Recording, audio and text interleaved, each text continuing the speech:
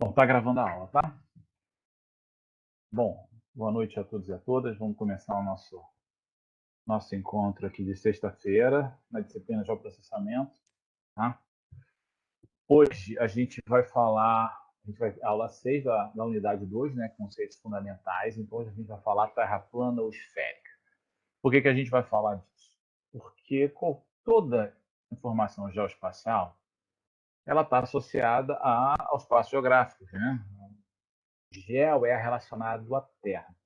Então, como eu vou desenhar? Como é que eu vou representar graficamente essa informação que é sobre essa Terra se eu não sei o formato dessa Terra? Então, o que a gente busca é entender efetivamente qual é o formato que a Terra tem, qual é o tamanho que a Terra tem, para que a gente possa representar os elementos e os fenômenos que estão dentro, que estão sobre essa superfície terrestre ou próxima a ela, atualmente dentro de um banco de dados, né? Há um tempo atrás, num documento cartográfico impresso. Né? Então, como é que eu faço isso? Então, primeiro a gente precisa entender. E a gente vive hoje, né, se a gente for analisar essa questão, a gente vive uma questão associada a qual é a figura e o tamanho da Terra. Né? A gente tem aí alguns até documentários na Netflix falando, né, sobre terra plana, ou seja, quem acredita e quais são as evidências que a Terra plana e não num formato tridimensional que se aproxima de uma esfera. Né? Então, qual é a figura e o tamanho dessa Terra? E aí a gente entra, dependendo, a Terra é plana? Vamos ver se eu consigo convencer quem não, quem acredita que a Terra é plana, que ela não tem aquele formato definido. Né? Então, poxa, ela pode ser um plano? Ok, dentro de uma percepção como se tinha há bastante tempo atrás, uma limitação, né, do olhar sobre esse espaço, né, que esse olhar sobre o espaço era um olhar de uma pequena parte da superfície. Ela tinha ela parecia muito ser plana, né?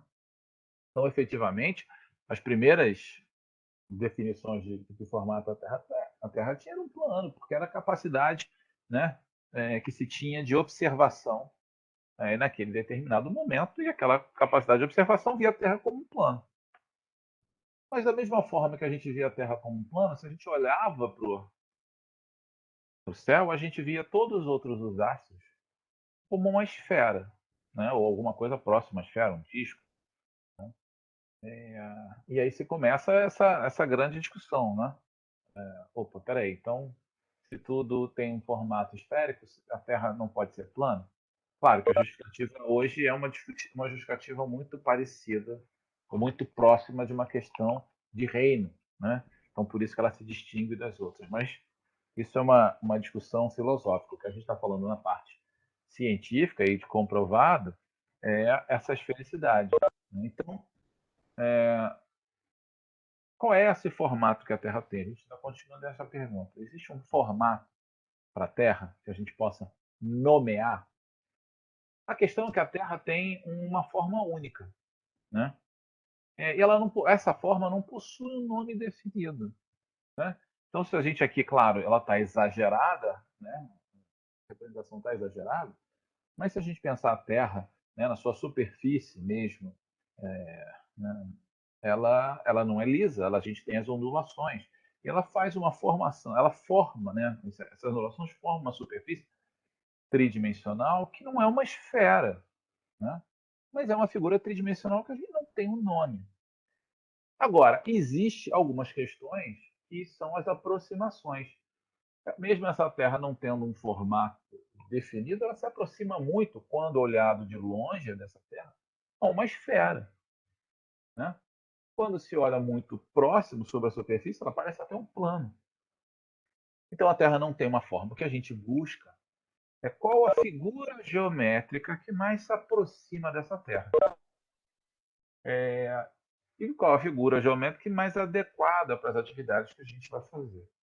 Bom, para a gente começar a entender o formato da Terra, como ela ocorre, a gente precisa trabalhar uma questão que é a lei da gravitação, né? Ela é fundamental para entender a Terra.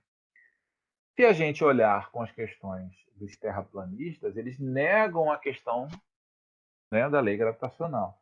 A gravidade existe porque esse disco está em movimento. Mas a gente sabe que não, a gente sabe que existe uma lei, né, da gravitação, e essa lei vai ser a lei que vai proporcionar as questões científicas para a comprovação de uma esfericidade, e a gente vai ver que ela é fundamental para a gente definir essa forma da Terra. Tá? A lei da gravitação é baseada na força de atração entre dois corpos. Né? Então, a força de atração entre esses dois corpos ela é proporcional às suas massas e indiretamente proporcional ao quadrado dessa distância. Então, o que ele quer dizer com isso? Né? Quanto maior as massas, mais força de atração existe. Quanto mais distante, menor é essa força de atração. Né? E como a gente está trabalhando com unidades, né, como massas e distâncias, né, a gente tem que entrar com uma equação, com uma constante, que é a constante gravitacional, para que a gente possa chegar na força. Outra questão que se fala, mas poxa, como é que pode, né, a gente não perceber se a Terra gira se a gente não percebe esse movimento, né? E aí é uma questão, né, associada à inércia. Né? Quando a gente tem uma inércia, ou mesmo quando tem um elemento que não é afetado, como é que aquela. Por que tem árvore, tem frutos que ficam numa árvore e não caem, e tem frutos que caem? Exatamente em relação a isso. Eu tenho duas forças, a força do galho e a força da atração gravitacional. Enquanto a força que o galho segura esse fruto é maior que essa força que puxa ele não cai. Quando esse galho começa a ficar mais fraco, começa a ficar mais velho, a fruta começa a ficar mais madura, a força que o galho aplica para segurar esse fruto se torna menor que a força da gravitação. E aí ele solta e cai. Enquanto não, ele está uma inércia. Então a inércia não é uma ausência de movimento. A inércia é uma ausência de aceleração. Eu posso ter um corpo em velocidade constante e ele está em inércia. Tá? Então, a inércia está associado à ausência de aceleração. Tá? Um exemplo para a gente poder entender bem como funciona isso, você está num avião, né, sei lá, 300 km por hora, 400, não sei a velocidade de um avião, não sei nem se isso é pouco ou muito, deve ser pouco, sei lá. Mas vamos colocar em torno de 400 a 500 km por hora de velocidade. Você está naquela velocidade, todo mundo dentro daquele ambiente, se estiver sentado e parado, em relação àquele avião, ele está inércia, ele não tem aceleração. Você está naquela velocidade, você não percebe, você está em movimento, no mesmo movimento, né, que o avião. Então a mesma coisa acontece quando a Terra gira, você gira com a Terra. Tá? Pensando, então, nessa questão da força da atração gravitacional, pensa o seguinte: se eu tiver um ponto, eu posso ter várias forças, né, que são atraídas por esse ponto, que vão ter várias intensidades, várias direções, vários sentidos. Na verdade, um único sentido, mas várias intensidades e várias direções. Se eu pegar três pontos e eu disser que eles têm a mesma força, né, de atração, as outras componentes, como massa e distância, vão variar para chegar nessa mesma força de atração. Mas se eu disser também que as massas são iguais, isso implica que as distâncias também são iguais. Então, se eu tiver um ponto sobre um plano, como a gente está aqui, né, e eu tiver três pontos, ou vários pontos, mas botando esses três pontos, com a mesma massa, eles estão à mesma distância. Se eu encher de pontos a mesma massa e com a mesma atração, eles vão ter as mesmas distâncias. Então, eu obrigatoriamente eu vou formar um círculo em volta desse ponto se todo ponto tiver a mesma massa e tiver a mesma atração. E aí forma um círculo, ou seja, né, com todo o conjunto de pontos ao longo desse círculo tem a mesma distância para o centro. Então, se esse centro for uma massa que está atraindo as outras massas, e elas tiverem com essas outras massas, P1, P2, P3, até Pn, com a mesma massa, ele vai formar todos os pontos estão na mesma distância, forma uma figura de uma esfera, de um círculo. Se eu pensar isso em 3 dimensões, eu vou ter uma esfera.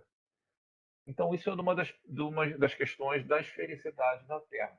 Se eu tiver diferentes pontos espalhados espacialmente de mesma massa, eles vão estar na mesma distância para o centro de massa da Terra. E aí, por consequência, eu vou formar o quê? Nesses pontos? Uma esfera, porque vai ser uma figura tridimensional. Tudo bem até aqui?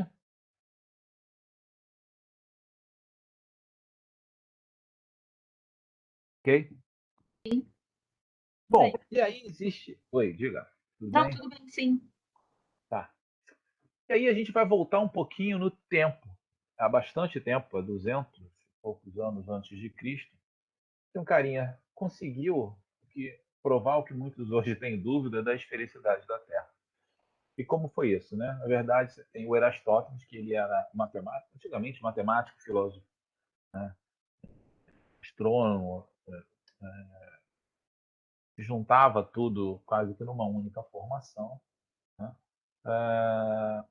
E ele estava em Alexandria e ele percebeu algumas questões que poderiam comprovar, né, a esfericidade da Terra.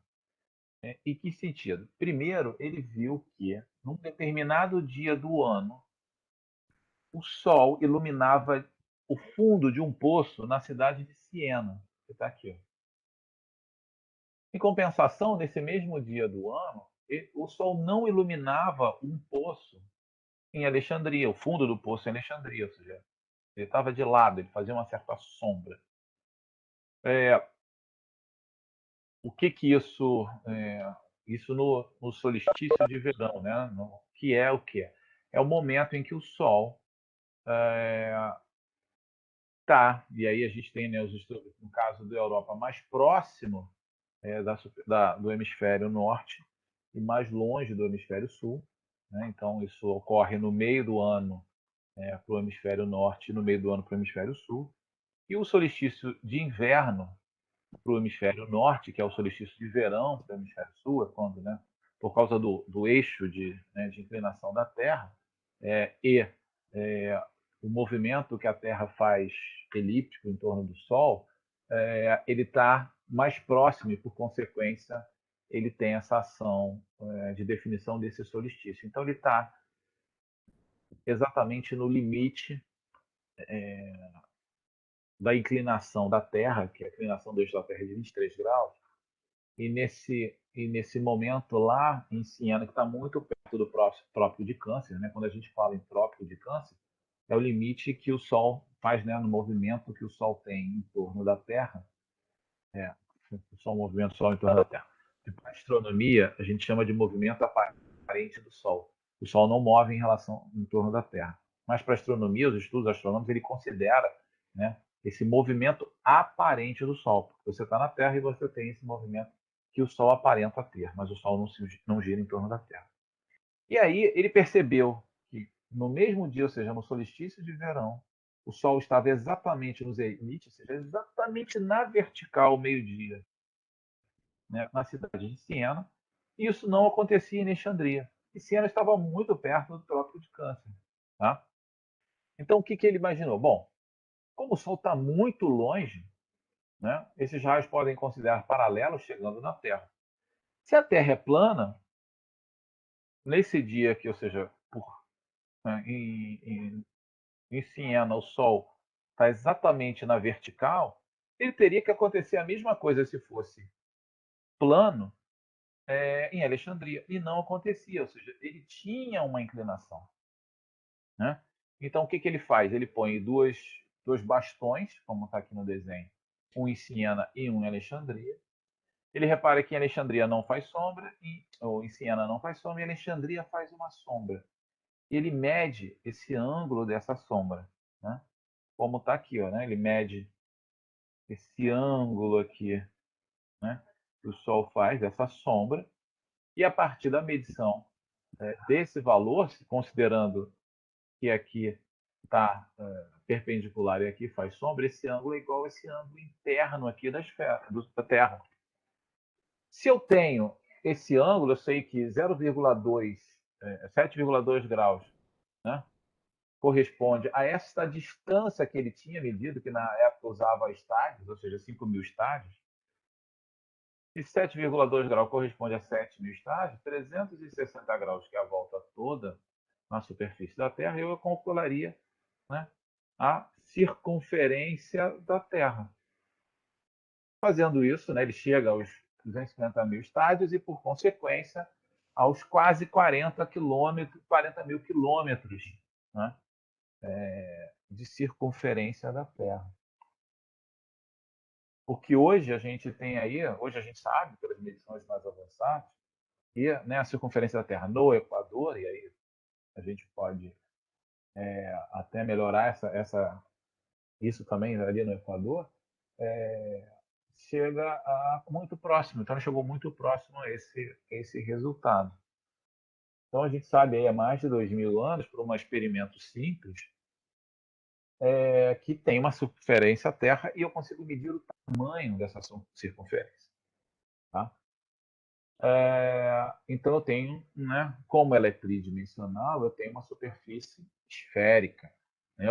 A princípio, nesse momento, a gente avalia que é uma superfície esférica. A outra questão, que é muito discutida, é a questão, né, da rotação da Terra. Então, se a Terra tem uma rotação, como é que a gente não é expulso da Terra por essa rotação? Né? Pensando, né, numa força centrífuga. Né? Então, você tem aí a Terra girando em relação ao seu eixo norte-sul. E por que a gente não é jogado para fora, como a gente é jogado para fora quando a gente amarra uma pedra na linha? Gira, gira, gira, gira e solta a linha. A pedra sai, né, tangenciando aquele último ponto que ela tinha de resistência.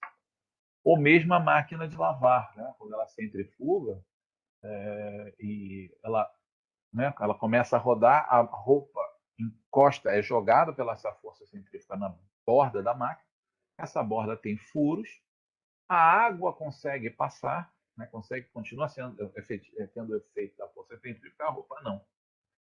Então, essa força centrífuga joga para fora. Então, como é que isso funciona na Terra? Por que a gente não é jogado para fora? Para isso, a gente vai também entender um pouquinho, né, essa força centrífuga. A força centrífuga ela é um produto da velocidade angular, né, do quadrado da velocidade angular, vezes a distância em relação a esse eixo de rotação, que eu estou chamando aqui de P, e a massa desse ponto. Então, dependendo da massa, eu vou ter forças diferentes.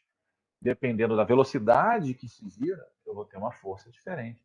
E dependendo também do tamanho da distância, né, ao eixo de rotação, eu vou ter outra força. Então, é pegar, né, uma linha, amarrar numa pedra pequena, numa determinada distância, girar e soltar.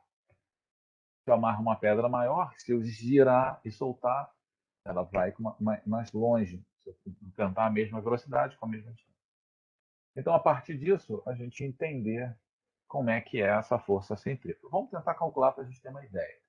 Partindo do princípio lá do Aristóteles também, do tamanho e, por consequência, o raio da Terra, sendo o raio da Terra, né, essa distância aqui, 6.387.178 metros, e estando no ângulo aqui, numa latitude aqui, ó, de 30 graus, eu vou conseguir calcular, né, esse raio pelo cosseno do ângulo vezes esse raio.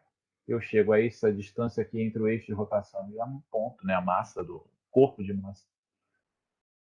E depois eu vou calcular a velocidade angular. Poxa, a velocidade angular, como é que eu vou calcular? Eu tenho aqui, ela vai girar, a Terra gira, né, os 2π, ou seja, os 360 graus, em 24 horas. Né? Então, essa é a velocidade angular. Como eu quero em radianos por segundo, eu vou transformar aqui, né, hora, minuto e segundo, e eu vou ter a minha velocidade angular, que é de 72 vezes 10 elevado a menos 6 radianos por segundo. Né? Essa é a minha velocidade angular. Se eu usar um corpo de massa de 100 quilos, né? Então eu tenho aqui o raio, tá? Que está em centímetros, eu vou usar aqui, vou padronizar aqui as unidades. A velocidade angular ao quadrado e a massa em grama, eu chego numa força centrífuga de 2,9 vezes 10 elevado a 5 gramas centímetros por segundo ao quadrado. Essa é a minha força centrífuga, a força que me joga para fora. Aí uma questão, também se fala, como é que pode uma coisa girar tão rápido e a gente ser jogado, e não girar tão rápido e a gente não perceber isso? Primeiro eu queria fazer uma avaliação em relação a isso também. Claro, se eu tenho aqui a distância lá no Equador, no raio, né, de 40 mil quilômetros, e eu giro em 24 horas eu percorro isso, eu tenho uma velocidade linear de 1.600 quilômetros por hora. Certo? Mas como ele gira, né, como a gente viu que é um giro circular, eu também posso calcular a minha velocidade angular, que a gente calculou. Né? Então, gira em torno de 0,2618 radianos por segundo. Só que aí, se a gente pensar o seguinte, qual outro objeto que também a gente pode medir uma velocidade angular? Para a gente poder comparar, para saber, né, esse efeito. É o relógio.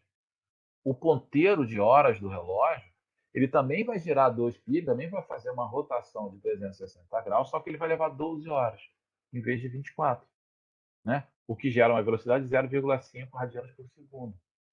Ou seja, em relação à velocidade angular, o ponteiro do relógio das horas, ele é 2 vezes mais rápido do que a rotação da Terra, em velocidade angular. Tá? Para a gente ter uma ideia de como isso funciona. Claro, e além de tudo, a gente está inércia em relação à Terra também. Tá bom? Voltando lá à questão da velocidade centrífuga, uma outra questão, bom, mas tudo bem, mas não existe só esse efeito na força de força centrífuga nessa massa sobre a superfície da Terra. Também tem a força gravitacional, que puxa para o centro da Terra. Vamos calcular essa força gravitacional? Partindo da mesma massa, que tem que ser um m minúsculo, aí da mesma distância que a gente usou lá no exercício desse raio, né? Então eu tenho aqui a minha constante, eu tenho a massa da Terra, que já foi calculada, eu tenho a massa do objeto, né, já em gramas, e eu tenho a distância, tudo em centímetros, para poder ter a mesma comparação. E eu vou ter a minha força gravitacional aqui, né? 9,795, 10 elevado a 7 gramas centímetro por segundo ao quadrado, que é a mesma coisa que dizer que é em quilos por metro. Tá? E aí vamos comparar. Opa, se eu tenho uma força... Repara que é o seguinte, a força centrífuga ela é 335 vezes menor que a força gravitacional. Então, a força gravitacional puxa, né, a resultante entre a força centrífuga e a força gravitacional gera uma força que a gente chama força da gravidade, que puxa para o centro da massa da Terra, muito próximo ao centro de massa da Terra. Tá? O que faz com que a força centrífuga seja muito menor, 300 e poucas vezes menor e pouco significativa para ter o seguinte, opa, qualquer coisa sobre a superfície da Terra pode sair para o espaço com o movimento de rotação da Terra. Por que não? Porque a força gravitacional é muito maior. E a resultante dessas duas forças dá o quê? A força da gravidade, que é a junção da força gravitacional, que puxa para o centro de massa, e a força centrífuga. O que o fio do prumo, todo mundo conhece o fio de prumo, né? Da mesma forma que a gente amarrou uma pedra para girar, se você amarrar um peso numa linha, ela vai tender a estabilizar em relação à linha da força da gravidade, porque aquele peso está sofrendo, com as forças centrífuga e gravitacional. E a resultante dessas duas forças, ou seja, na hora que o pêndulo para, é a força da gravidade. Tá? Então, esse ponto de massa sobre a superfície da Terra, o que exerce sobre ele é a força da gravidade. Um exemplo prático para vocês verem como é que isso ocorre, esse aqui é o maior prédio do mundo lá que em Dubai, Dubai, com 828 metros de altura, né, e 140 andares. Esse prédio, se você for analisar, em relação né, ao solo, o eixo dele tem que ser perpendicular ao solo. Só que ele é tão alto que é percebido que ele não é, se você botasse subir perpendicular, ele não se encontra, ele está um pouco de lado, ou seja, 1,1 metro mais afastado, né, na parte mais superior.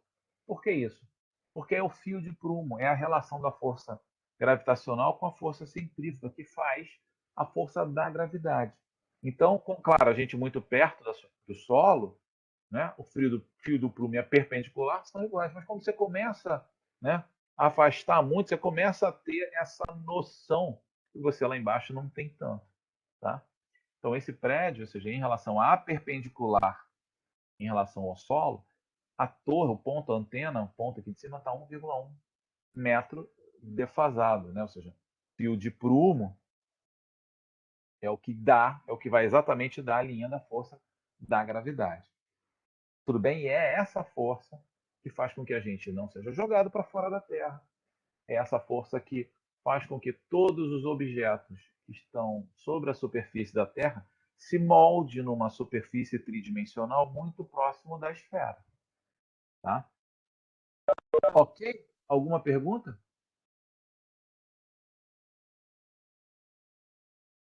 Tudo bem? Então, para a gente também comprovar isso e ver como é que isso funciona em relação à superfície da Terra, sabe aqueles silos, aqueles galpões grandes, né, de armazenamento, né, de cereal? Você vai jogando cereal ali dentro e ele vai empilhando, né? Ele não se espalha automaticamente, né? Ele vai empilhando. Por que ele vai empilhando? Porque o atrito entre os grãos é muito mais forte do que a força da gravidade. Então ele vai empilhar. Você precisa de alguém que vá ali espalhando aqueles grãos dentro desse silo que guarda esse grão. Qual é um elemento sobre a superfície da Terra que se espalha com maior facilidade se eu jogar ele dentro, né, de um recipiente gigante, né, como esses tonéis gigantes, esses silos que guardam cereal, trigo, farinha, alguma coisa nesse sentido. Qual o elemento que se eu jogar ele dentro, ele não vai empilhar, ele vai se acomodar? Alguém tem alguma ideia?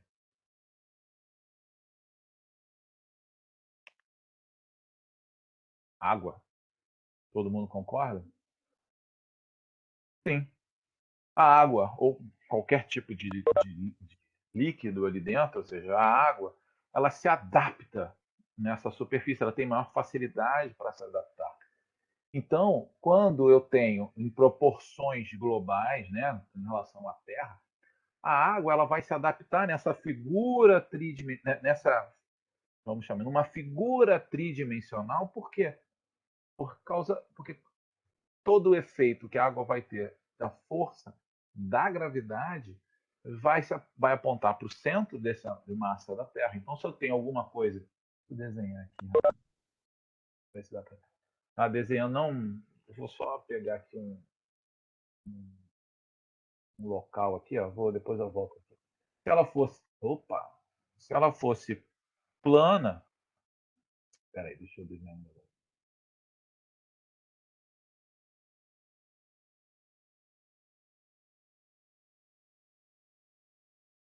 Se ela fosse plana, eu tivesse o centro de massa da Terra aqui, qualquer ponto sobre a superfície terrestre, para ter a mesma força da gravidade e a Terra se adaptar, teria que estar na mesma distância. Se ela é plana, isso não acontece. Eu tenho várias distâncias diferentes que não vão me garantir que um ponto de mesma massa, né, sobre a superfície terrestre, tivesse aqui um ponto de mesmo, todos de mesma massa sobre a superfície terrestre, isso não é verdade. Por quê? Porque se eu tenho a mesma massa e tenho a mesma força, as distâncias têm que ser iguais. Mais ou menos para o desenho, né? Então, essa distância aqui, todas seriam iguais. Então, a água, no âmbito da Terra, ela se adapta, como né, eles falam, como é que pode uma bola de água ficar girando? Sim, ela gira e a água não sai para o espaço, porque a força da gravidade, que é a resultante da força centrífuga com a força gravitacional, puxam ela né, para se encaixar tridimensionalmente. O espaço é tridimensional. Né? Então, esse é o processo. Então, aqui, quando a gente olha, a água, e aí está adaptada ao mesmo potencial da gravidade, ou seja, a uma figura tridimensional onde não há variação de gravidade. Eu não preciso exercer trabalho para andar sobre essa superfície, né? Porque eu não vou mudar de potencial de gravidade. Tá?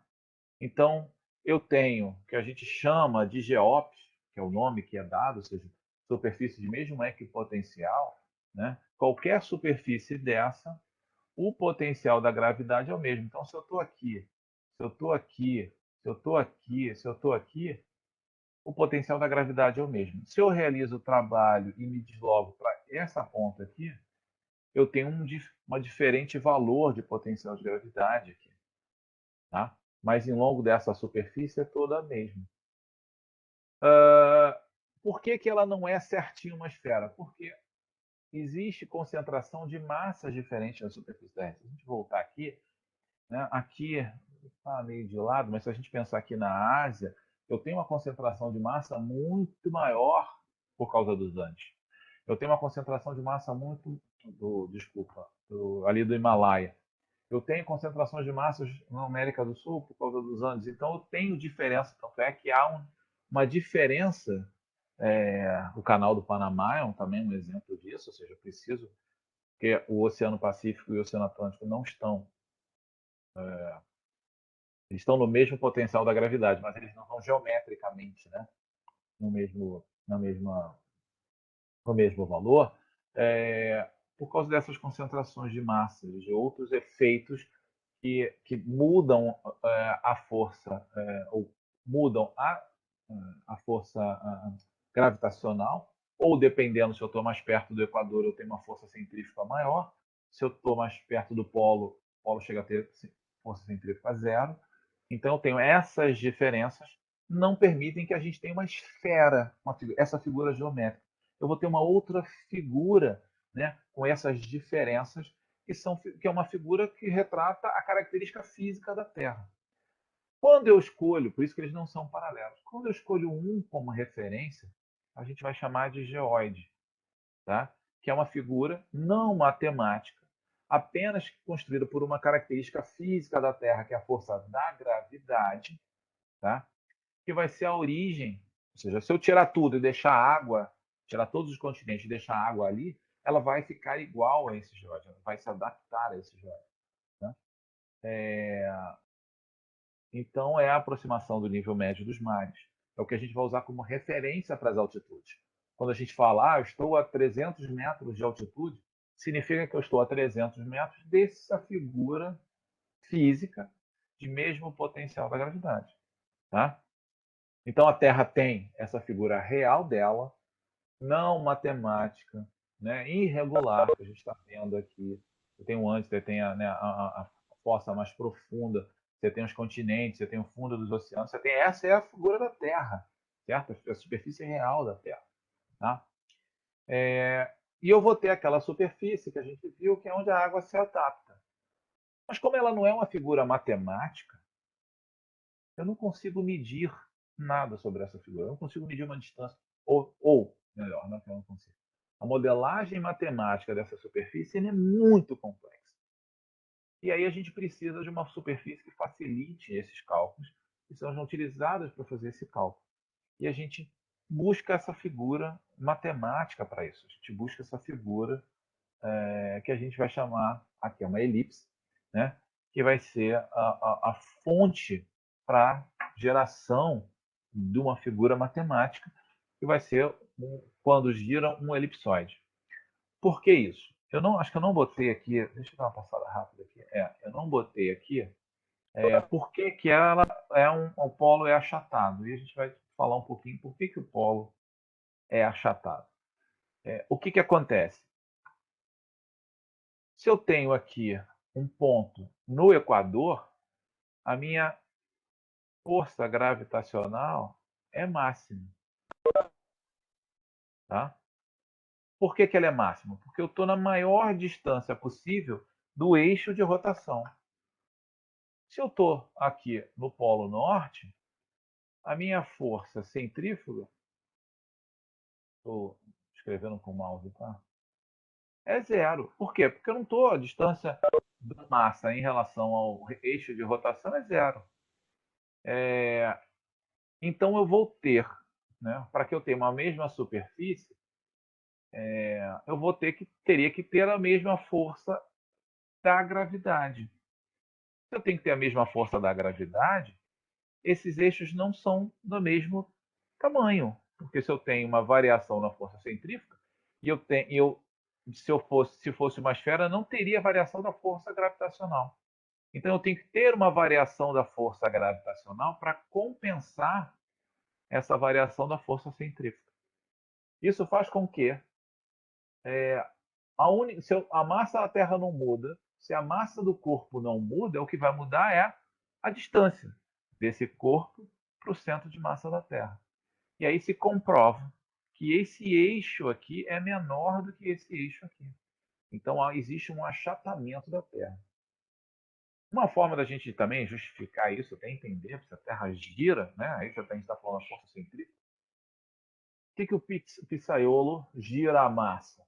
Quem tem ideia por que o pizzaiolo pega a massa da pizza e fica girando ela no ar? Claro, tem toda uma parte estética nisso, né? Do que girar no, é, no rolo lá, sei lá.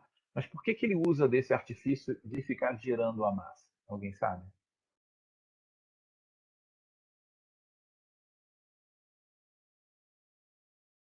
Não? Ninguém arrisca? Tá. Quando ele começa a girar, ele também faz o que a força centrífuga, né? Então a massa tende a espalhar. Quando a massa tende a espalhar, porque ele está girando, né? Ela tende a afinar. É uma forma de você afinar a massa, deixar a massa mais fina. Então eles giram a massa para que ela possa, né, ter efeito dessa força centrífuga que dá o giro que ele dá, né? E ter a força puxar ela para fora e ela ficar mais fina. Da mesma forma, quando gira, eu tenho uma força centrífuga maior, né, no Equador, é como se eu estivesse puxando. Então, se eu puxo, a força centrífuga puxa, achata no polo. Tá?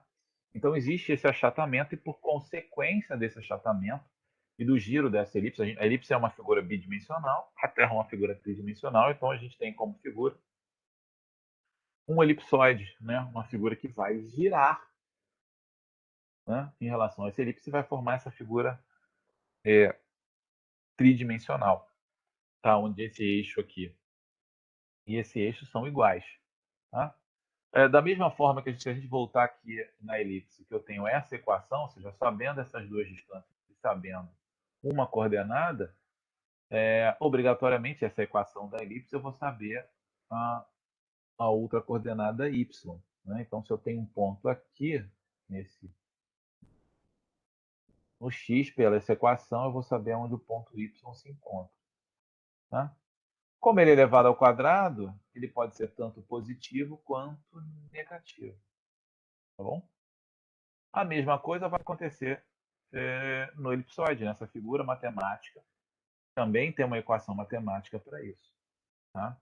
Então, aqui, hoje, atualmente, esse aqui, que é o Global Reference System de 1980, que é o sistema global de referência que foi calculado e ele é datado da década de 80, define esse semi-eixo maior da Terra de 6.378.137 metros. E o eixo menor da Terra, ou seja, o eixo dos polos, 6.356.752,314 metros. Tá? Ele também, isso aqui são todas as outras informações. Esse C aqui, ó, não é esse C aqui, tá? Esse C aqui, é a distância focal. Né?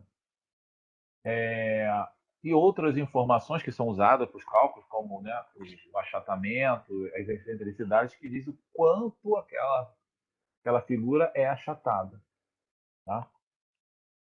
Então, para a gente poder resumir isso, a Terra tem o formato dela, a figura dela. O que a gente busca é entender, chegar mais próximo dessa figura. Para chegar mais próximo dessa figura, a gente precisa entender qual é a componente física que gera essa figura. A componente física que gera essa figura é a força da gravidade, que é resultante da força centrífuga com a força gravitacional. Tá? E aí eu gero o que a gente chama de geóide. É a figura com característica física que mais se aproxima a essa forma da Terra. Tá? Para eu poder visualizar isso, eu posso pensar no nível médio dos mares, totalmente prolongados ao longo dos continentes. Então eu tenho uma figura física. Essa figura física vai ser muito útil para eu definir toda a parte, né, a parte altimétrica da Terra, né, das altitudes da Terra. Para as questões das medições de distância, eu vou precisar de uma figura geométrica. Por que uma figura geométrica? Porque a partir de uma figura geométrica eu tenho uma equação e a partir dessa equação eu consigo medir, calcular sobre essa figura. Então se escolheu a partir, né, qual era a figura que mais se aproximava. Por quê? Porque a Terra é achatada. A gente também vê isso, como eu falei, na componente física, né? Há um achatamento na Terra. E a figura que mais se aproxima disso, a figura tridimensional que mais se afigura disso, é o elipsoide, tá? Que é a elipse que gira no seu eixo menor. Então, a gente tem, para todos os cálculos, o GPS que a gente usa, ele faz todos os cálculos de posição utilizando o geóide, utilizando esse geóide aqui com esse tamanho. Na verdade, não é esse, mas é igual, é as mesmas características. O GPS usa o WGS-74, mas tem as mesmas características. Para calcular, né, as coordenadas, para calcular a distância. Então, quando você entra num aplicativo, você calcula uma distância, você determina uma coordenada, todos esses cálculos estão sendo feitos utilizando o geóide. Quando você vai fazer um projeto de irrigação em que a água tem que sair de um determinado lugar e chegar a outro pela gravidade, você precisa conhecer esse geóide. Tá? Porque se você usar o elipsoide apenas, pode ser que a água não desça. Ou seja, você está aqui numa caixa, você tem que irrigar aqui. Como o elipsoide é matemático, mas ele não leva em consideração as componentes físicas da Terra, essa água não chegue por gravidade. Tá bom? Ok até aqui? Alguma pergunta?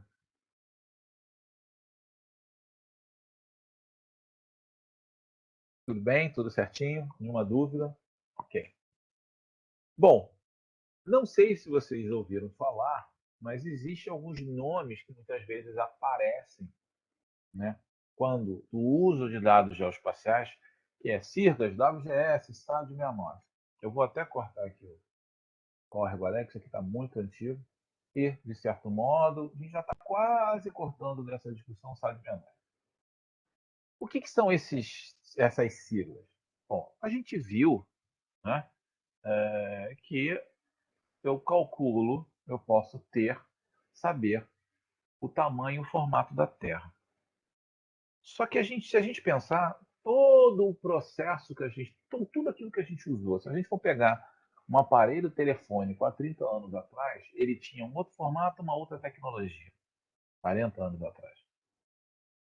Então houve uma evolução tecnológica que possibilitou usar telefone como a gente usa hoje. Né? Antes era só para ligar, um tom, a linha telefônica era um bem, era uma série de questões. Houve uma evolução tão grande que você tem, né, esse equipamento aqui junto com vários outros. Os processos de determinação, de cálculo do tamanho da Terra, né, também evoluíram. Né? Antes você usava aqueles. Não sei se vocês já repararam, às vezes, quando você está numa estrada, ou somente em estrada, né, tem aquele tripé com equipamento, o cara fazendo uma medição. Aquilo já é muito mais avançado do que tinha antigamente. Né? Para vocês terem uma ideia, em o livro do Almir Klink, 100 dias entre o céu e o mar, se eu não me engano, acho que o termo, eu sei que é 100 dias, eu não sei se é o mar e o céu, se é o mar, alguma coisa assim, eu não lembro mais, que ele narra a travessia que ele fez a remo da África até o Brasil. Só que naquela época não tinha GPS. Então, como é que eu determinava a coordenada? Com observações nas estrelas, né? Lia estrelas, né? A posição das estrelas para você determinar a coordenada. Houve toda uma evolução que você determina coordenadas hoje com equipamento aqui assim. Qualquer hora do dia, em qualquer condição climática. Ele lá, ele tinha que ver num determinado período do dia e para ver o horizonte, se ele conseguisse ver o horizonte também em relação às condições climáticas. Então, você teve todo o processo de evolução que também evoluiu todos esses equipamentos para determinar esse tamanho da Terra. E isso foi variando. Até que a gente tem hoje uma consistência muito grande nesse tamanho, nessa forma da Terra. Mas tudo isso, ou seja, esses nomes, CIRGAS, SAD, WGS, são o que a gente chama de sistemas de referência geodésico.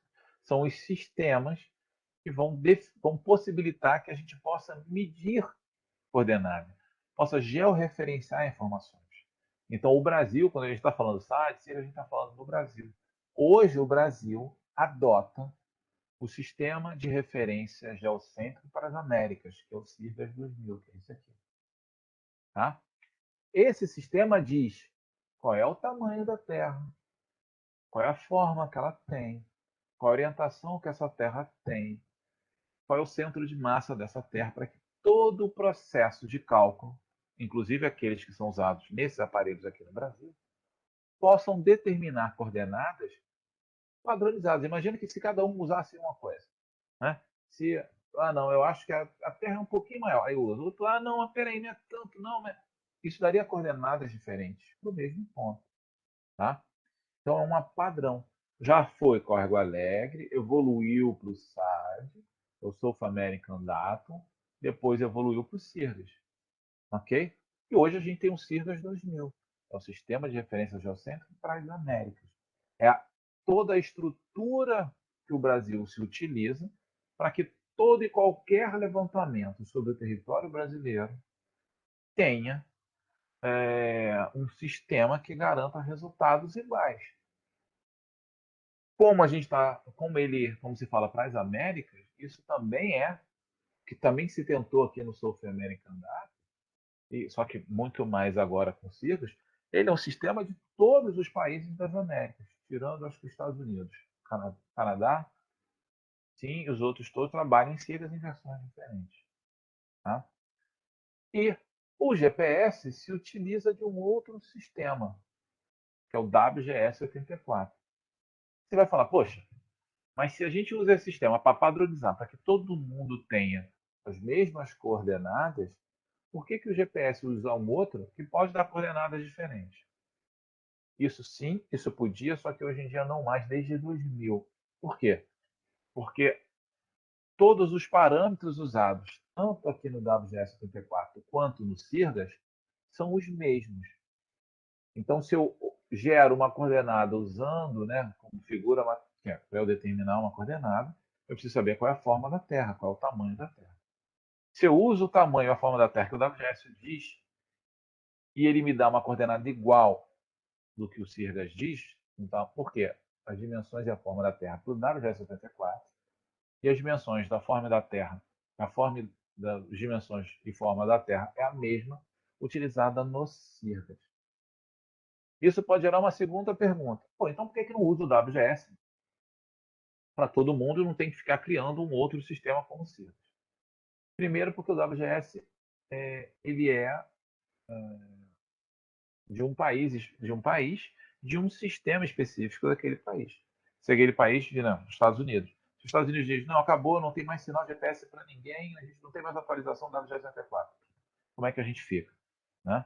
Então, são sistemas que precisam ser gerenciados pelos países, mas iguais aos outros. Só que, mas ser igual, por que precisa gerenciar? Porque você precisa ter toda uma infraestrutura para garantir isso. O IBGE é o responsável para definir essa infraestrutura, para calcular e garantir, olha, está tudo ok, podem trabalhar sem problema nenhum. Tá? Para a gente detalhar um pouquinho mais isso, todos esses sistemas eles trabalham com algumas questões. Primeiro, a definição de um sólido geométrico, a definição, né, da forma, que é um elipsoide, e das dimensões desse objeto, desse sólido. Tá? Os modelos clássicos, lá há muito tempo atrás, eles eram o que a gente chamava de topocêntricos. Né? O que, que era isso? Eles se adaptavam conforme, né, aos países. Por quê? Primeiro, os países levantavam, trabalhavam isoladamente, não trabalhavam em conjunto, como se tem hoje. Então, os levantamentos que eles faziam eram para adaptar da melhor forma possível essa figura matemática na área de atuação. Né? Então, você tinha uma figura geométrica, um elipsoide de tamanho diferente para a América do Sul, um outro elipsoide de tamanho diferente para a América do Norte.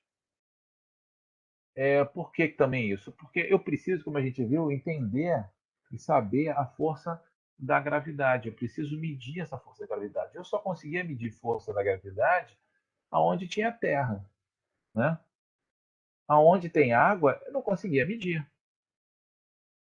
Agora, o que, que aconteceu? Com a chegada dos satélites, aí eu digo de qualquer tipo de satélite, não é só satélite de posição, não. De imagens, de telecomunicações, de qualquer tipo de satélite, o que, que acontece? O satélite ele é lançado com uma órbita pré-determinada. Então, se reparava nos primeiros satélites, até hoje você se utiliza disso, a órbita do satélite é pré-determinada, depois o satélite sai, volta, fica aqui, sai de novo. Ele fica num processo de entra e sai, se movimenta na sua órbita. Por que, que ele faz isso? Alguém tem uma ideia? E não segue a órbita certinha como planejado, que é uma figura matemática, a órbita dos satélites, dos planetas. Né? Então, a Terra gira, que é uma das leis de Kepler, em volta do Sol, formando uma elipse. Então, tem um achatamento. Né? Os satélites é a mesma coisa. Por que, que eles não seguem essa figura matemática e ficam fazendo essas movimentações? Alguém tem uma ideia?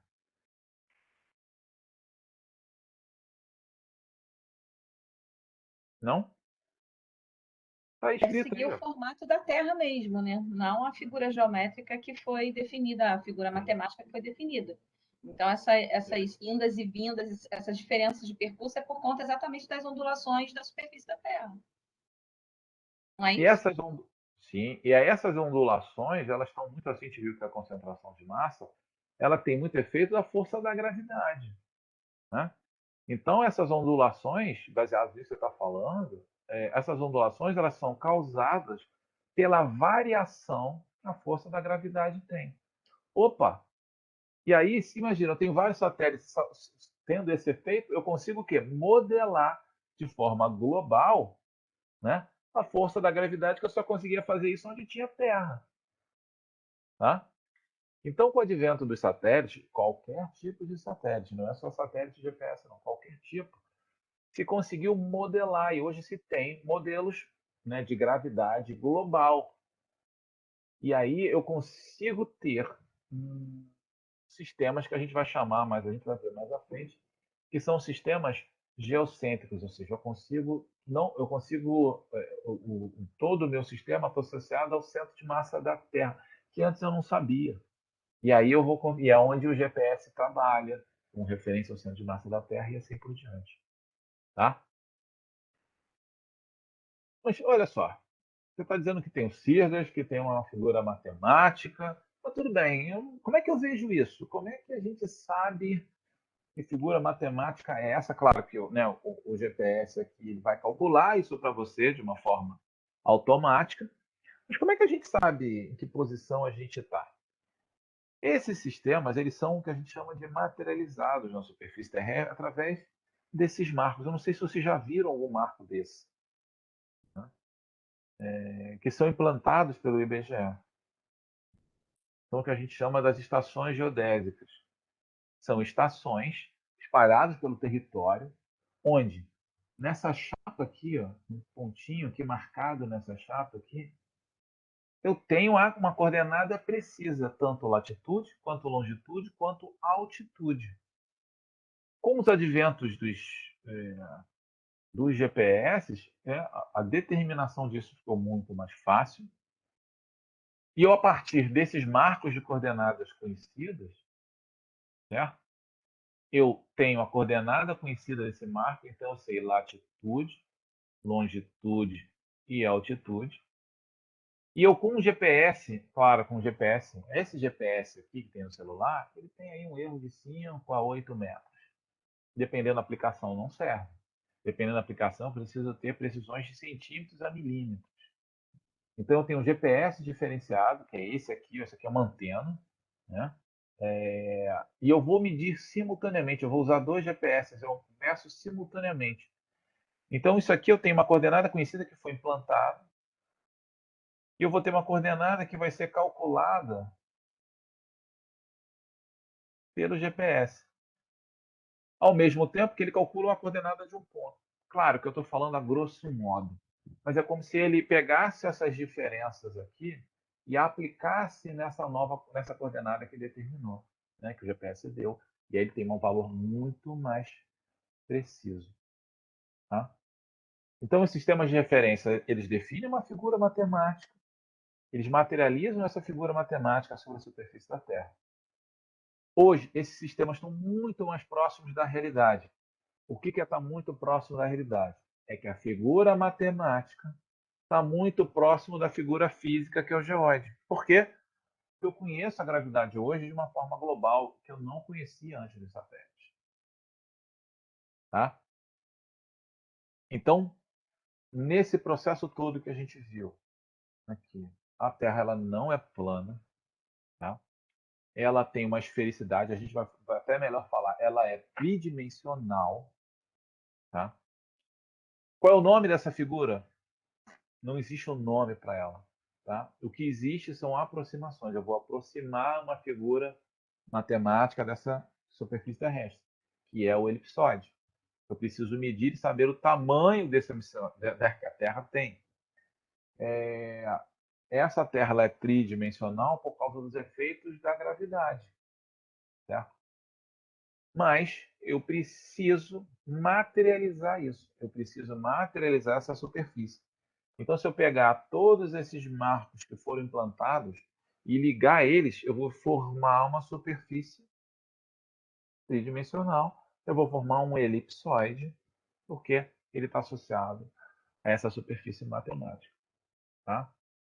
Todos os sistemas que compõem o GNSS, ou seja, o GPS dos Estados Unidos, o GLONASS da Rússia, o Galileu da União Europeia, o Beidou da China, que são sistemas de posicionamento, né? Todos eles se utilizam dessa figura matemática para calcular, né, a posição.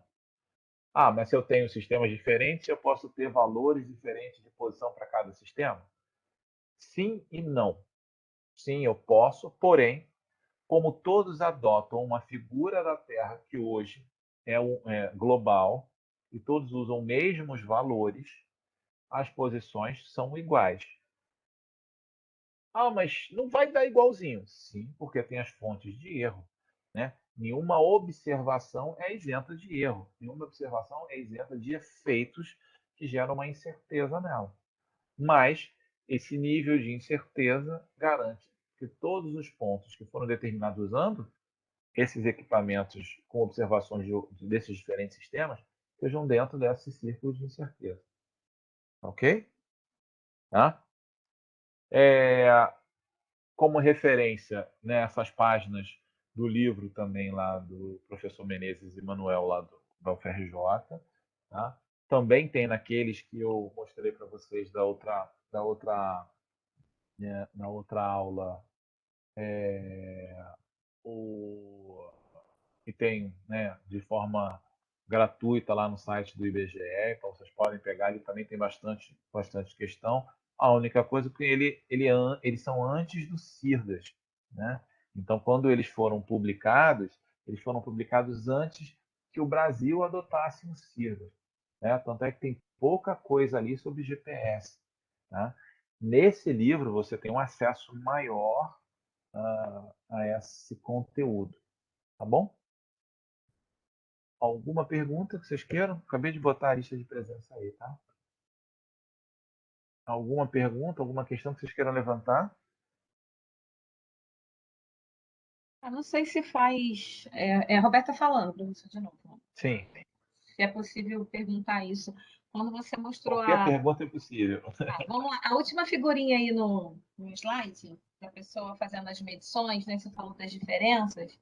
O Uhum. satélite ele vai calcular a posição, mas o satélite ele não dá a posição, ele é calculado a partir do tempo, né, do sinal, não é isso? Sim, sim.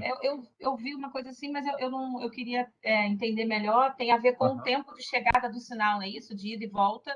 E aí com esse tempo é que calcula a posição que você Sim. deslocou, é isso? Isso. A gente vai ver isso direto quando a gente for falar lá no GPS, GNSS, mas assim, isso que você falou é por aí mesmo. Tá. Como é que se calcula, primeiro, as coordenadas que esse sistema, né, que o GPS, GNSS, qualquer sistema de posicionamento utiliza, são coordenadas tridimensionais, x, y e z. Z não é altitude, tá? É um sistema ortogonal tridimensional, tá? Então são três eixos ortogonais. É, o que se tem? Para cada satélite, se tem a coordenada desse satélite naquele momento. Para você calcular a coordenada do ponto, se utiliza de um procedimento. Estou falando assim de uma forma o que é feito nos equipamentos celular, tá? Quando você tem equipamentos, depois a gente pode até falar um pouquinho com mais detalhe, equipamentos geodésicos, eles trabalham com outras questões, mas todas essas buscam o quê? A distância entre satélite e o receptor. Essa distância aqui, né? Isso aqui que se busca, tá? Só não tem, quando você falou, vai e volta, tá? O sinal sai do satélite e a receptora capta. Como é que a gente pensa nisso?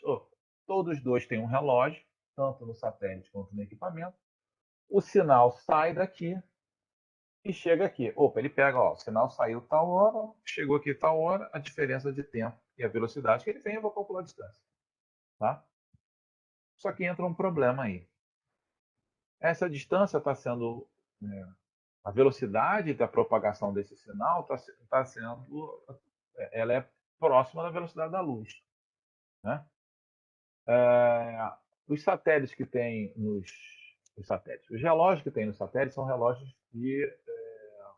atômicos de alta precisão. Não tem como botar um relógio atômico aqui, certo? Os relógiozinhos daqui são relógios de quartzo. Então, dentro desse sinal já vem uma correção desses relógios de quartzo, tá? Mas o que você falou é isso. Através do tempo de deslocamento do satélite até o receptor, eu vou calcular a distância. E aí eu vou montar equações para isso. Né? Que equações são essas? A distância. Eu tenho lá em cima x, y e z, que eu conheço, que são os satélites. Eu quero determinar x, y e z aqui. E eu tenho a distância. Então eu tenho uma primeira equação. Né? A diferença entre o x de cada um deles, né? A coordenada x do satélite do receptor ao quadrado, mais a diferença da coordenada x e y, satélite receptor ao quadrado, mais a diferença da coordenada z, satélite receptor ao quadrado. A raiz quadrada disso vai me dar a distância que ele calculou. O que eu tenho de incógnita, x, y e z. Se eu tenho três incógnitas, eu preciso ter três equações. Mas, como eu tenho as questões associadas, como eu vou montar de dois em dois essa equação, na verdade, eu vou ter um satélite de referências e outros três, então eu vou precisar de quatro, por isso que é quatro, para montar toda essa estrutura de cálculo. Quando a gente for falar de INSS, eu vou mostrar isso para vocês também. Tá? Mas a ideia é essa que você falou. Tá show. A Tá, obrigada. partir disso, eu vou calcular as distâncias. Não, porque no meu entendimento, eu acho que a maioria das pessoas achavam que o satélite dava localização. Quer dizer, ele dá não diretamente, ele faz o cálculo a partir do Sim. tempo da emissão e do retorno do sinal, não é O isso? receptor que faz esse cálculo. Ah, tá, o receptor, ok. O receptor que faz Então, esse essa cálculo, ele vai informação pegar. que o satélite vai te dar uma posição, eu posso dizer que ela não é verdadeira. Tá? Através do satélite, a gente pode fazer o Isso. cálculo O teu celular da sua aqui posição. recebe esses sinais e calcula a posição. Calcula a Tá? posição, ok. Tá. E nesse sinal, esse sinal que vem do satélite, ele vem várias informações para corrigir relógio, ele vem várias questões. Por isso que quando a gente vai fazer trabalho de campo, algumas questões que medem, né, para medir com equipamento, você tem alguns procedimentos. Você liga o aparelho com determinado tempo antes, tá? Para que ele possa receber todas as atualizações que vêm do sinal, que vem do sinal do satélite. Tá? Como eu tenho a posição do satélite, eu consigo calcular. Os mais específicos, os mais avançados, os mais precisos são os GPS geodésicos. Eles trabalham com diferença de fase do sinal. É um pouco diferente esse cálculo da distância, tá? Mas a lógica é a mesma. A lógica é a mesma para calcular isso. E aí entra o seguinte: opa, peraí, até aproveitando que você está falando, se eu preciso calcular essa distância, eu tenho coordenadas x, y e z dos satélites. Esse x, y e z tem que estar associado a um eixo, não é isso? Um sistema de eixos x, y e z com origem, não é isso ou não? Sim. Né? Tem que ter um E aí, padrão para ter o início, né? sim, para O poder ter, início, né, as medidas, você tem que ter um sim, ponto central ali para começar a fazer essas medições X, Y, Z, os sim. eixos, né? Perfeito. Então, esses eixos são definidos, a origem desses eixos são definidos por esse sistema geodésico. O CIRGAS diz aonde está o centro da Terra e como é que é esses eixos, né? Então, o eixo X é o encontro do meridiano de Greenwich com o Equador. O eixo Z é o polo médio, porque o polo vai variar, o polo ele não tá, né, assim, ele não fica parado, né? Há também o movimento a Terra também tem um movimento do eixo, que não é rotação nem translação, esqueci o nome. Notação, esqueci. Então ele também trabalha de um eixo médio ali, e forma um sistema destrógeno, né, de mão direita, para poder definir o eixo Y. Então, tudo isso é especificado nesse sistema. Tá? Outra questão, se vocês tentarem fazer isso, onde tem, né, locais que tem pontos, assim, lá no Amapá, lá em Macapá. Lá se tem todo um monumento em que marca onde passa o Equador. Né? Então a cidade está no hemisfério sul, pedaço no hemisfério sul, pedaço no hemisfério norte. Se você for com o seu equipamento, mesmo que você for com um equipamento preciso, você vai medir, não vai dar zero mais de latitude. Por quê? Porque aquilo ali foi medido há um tempo atrás com tecnologias que não eram tão precisas como a que a gente tem hoje. Eram as melhores da época. Certo? Hoje, com a tecnologia que a gente chega lá, não é mais zero. Mas existe toda a questão lá, a parte turística, ok, válido, sem problema nenhum. Aquilo não é referência para medição. A mesma coisa se você chegar lá no observatório de Greenwich. Também não é mais zero de longitude. Né? Porque também foi definido a partir, né, dos equipamentos, das metodologias daquela época. Tá bom? Ok, mais alguma pergunta? Tá ótimo. Perfeito. Ok? Essa unidade é fundamental para a gente entender isso, porque quando a gente for falar de coordenadas, até já falou algumas coisas aqui, quando a gente for falar de coordenada, que é o que vai garantir o georreferenciamento das informações, além dos recortes territoriais, eu preciso saber a forma da Terra. Quando eu for falar em documentos cartográficos, né, que tem lá, como é que o documento cartográfico é uma representação plana, né? Se você, mesmo que você veja na tela do seu computador, a tela do computador ela tem curvatura? A maioria não. E a curvatura não é a mesma curvatura da Terra. Então, quando você vê, né, um documento cartográfico na tela do computador, você está vê um banco de dados geoespacial na tua tela do computador, ela está plana. Mas aquilo está representando uma figura que não é plana, ela é tridimensional. Então, existe todo um processo de planificação ali. Certo? Mas como é que eu vou planificar se eu não sei o tamanho nem a forma da Terra? Então, eu preciso saber. Então, é fundamental para isso. Tá? E o IBGE, na sua área da geografia, também é o órgão responsável no país para definir esse sistema geodésico, para garantir que todos os levantamentos que determinem coordenadas estejam no mesmo sistema. Tá bom?